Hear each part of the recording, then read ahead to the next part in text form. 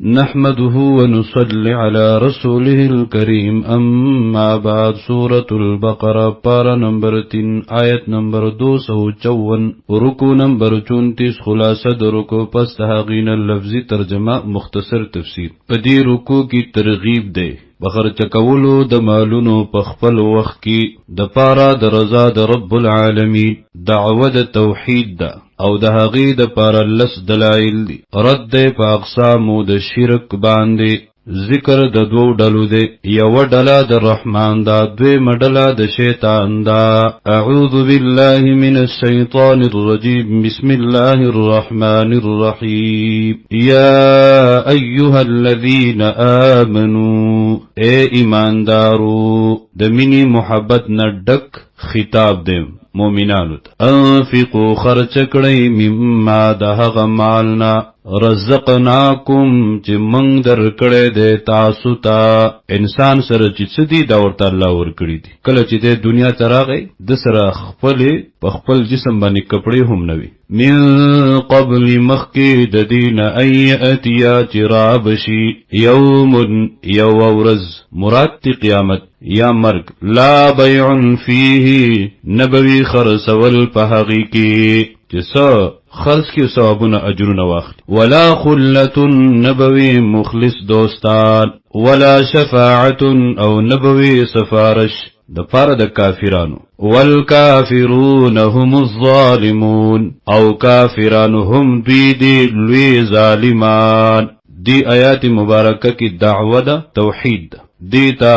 اعظم آیات ویلے کیگی سید البقرہ ورته ویلے کیگی ابن کثیر رحمهم الله د دې آیات په فضیلت کې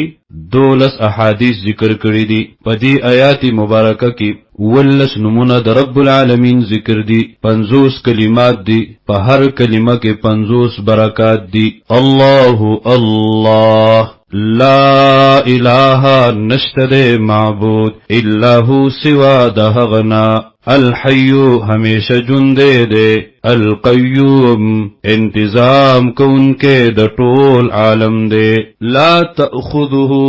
نرانسی حغلرا نرازی حغتا سنتون پرکالے ولا نوم او نخوب د پرکالی او خوب نه پاک دے لہو خاص حغ پا اختیار کی دی ما حغسا فی السماوات جب اسمانونو کی دی وما او حغسا فی الارض جب زمک کی دی نو که غواړی راشد حغی نو غواړه من ذا الذی سوک دے حغ کس یشفع عنده چې سفارش وکړي په دربار د هغه کې په نزد د هغه باندې الا باذنه مگر په اجازت د هغه سره د قیامت پر ورځ به سفارش وي لیکن هغه څوک به سفارش کوي چاته چې رب العالمین اجازت ورکي او د هغه چا د پاره به کوي چې د چا په باره کې رب العالمین وغواړي دا بنی چې هر څوک به سفارش کوي د هر چا د پاره بکي بغیر د اجازت د الله یعلم پوهیږي ما په هغه سبانی بین ایدیهم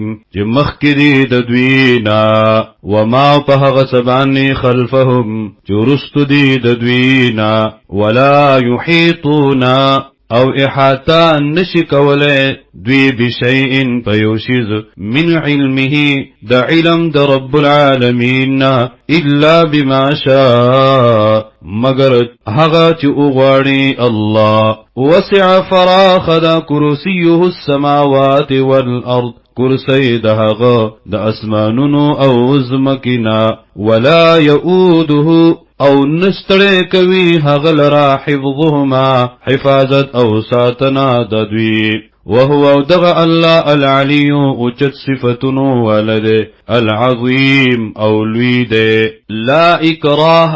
نشته ده زور کول فی الدین پمنلو د دین کې عقیده پچا باندې په زور نشي منله او نسوک په زور باندې مسلمان کولای شي ځکه دی تعلق د زړه سره دی او په زړه باندې حضور کیږي نه البته اکراه په احکامو کې شته ده که یو سړی احکام نه مني یا د هغې په کولو کې سستی کوي نو بالکل اکراه شته ده زور شته ده جبر شته ده قد تبین الرشد یقینا ښکاره شوي دا سملر من الغی د ګمراهینا فمن یکفر چا چې انکار وکړو بالطاغوت وبندگی ما سوا د الله نا چا چې انکار وکړو د عبادت د غیر الله نا ويؤمن بالله او ایمان راوړو په الله باندې فقد استمسك پس یقینا منګلی ولګولې بالعروه الاسقا پکړې مضبوطه للفصام لها نشته پریکېدل شوکېدل دغی لرا والله سميع عليم الله اوریدن کې په هده ذکر د دو ډلو دی یو ډله د رحمان دوی مډله د شیطان الله ولی الذین آمنوا الله دوست د هغه کسانو دی چې ایمان راوړی دی دې کې تسلی او بشارت دی مؤمنانو ته یخرجهم را اباسد وی لرا من الظلمات د تور تیرونا الى النور رناتا والذین هغه کسان کفرو چې کفر کړي دي اولیاءهم الطاغوت دوستان ددوی شیطانان دی یخرجونهم را اباسد وی لرا من النور درنانا الى الظلمات تور تیروتا اولئک دغ کسان اصحاب النار خواندان د اور د جهنم دی هم دویبا فیها پدغ جهنم کی خالدون ہمیشہ وسیدن کی وی